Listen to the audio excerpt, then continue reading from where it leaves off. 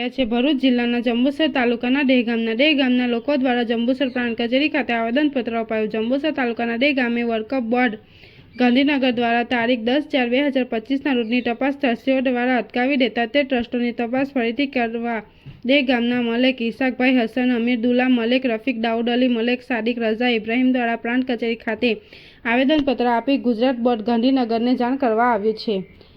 આવેદનપત્રમાં જણાવ્યું હતું કે ડેહ ગામમાં આવેલ વકફ ટ્રસ્ટો મસ્જિદ દહેગામ બી 224 અને 242, ભરૂચ મદ્રસા ઝિયાઉલ ઇસ્લામ દહેગામ બી 840, ભરૂચ અને મુસલમાન ગરાસિયા પંચ દહેગામ બી 217 ભરૂચના ટ્રસ્ટો માંગે રીતોએ થયેલ છે તે બાબતની અરજી વકફ એક્ટ 1995ની કલમ 70 મુજબ તપાસ કરવા માટે અરજીઓ આપેલ હતી।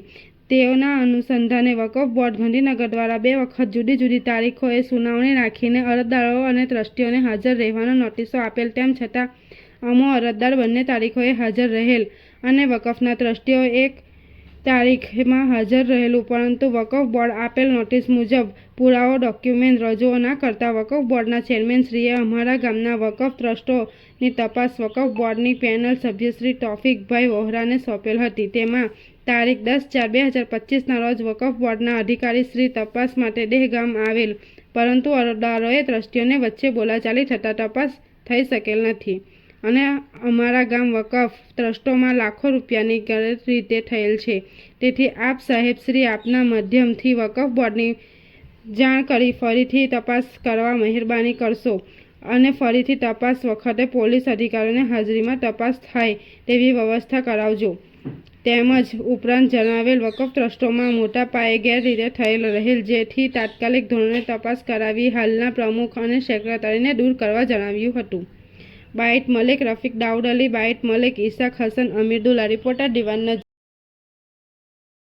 જંબુસર તાલુકાના દહેગામ ગામે જે ટ્રસ્ટમાં ગેરવહીવટી બાબત અમોએ ગાંધીનગર ખાતે વકફ બોર્ડમાં અરજી કરેલ અને વકફ બોર્ડમાંથી વકફ બોર્ડના ચેરમેનશ્રીએ તપાસ અધિકારી નિમણૂક કરેલ।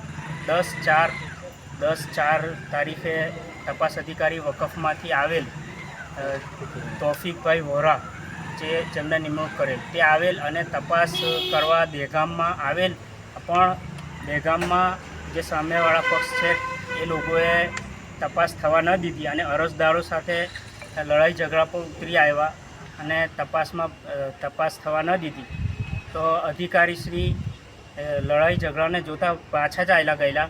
તો અમારી નાયબ કલેક્ટરશ્રીને પ્રાંત અધિકારીશ્રીને એટલી અરજ કરવા આવેલા છે, આવેદનપત્ર આપવા આવેલા છે કે અમારી આ વકફ બોર્ડમાં જે ગેરરીતિ થયેલ છે એની ન્યાયિક તપાસ થવી જોઈએ અને અમને સંપૂર્ણ સાથ સહકાર મળે એટલા માટે અમે પ્રાંત અધિકારીશ્રીને આવેદનપત્ર આપેલું છે।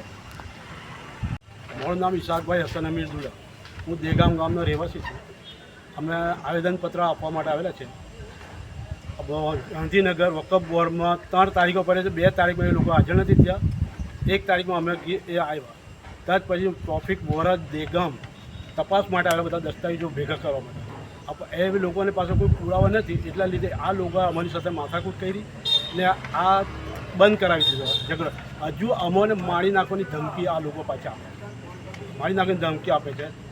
બીજું 224, 242, 840 ને 217 આ 4 ટ્રસ્ટ છે, એમાં 2 વર્ષમાં 50 લાખની ચોરી છે।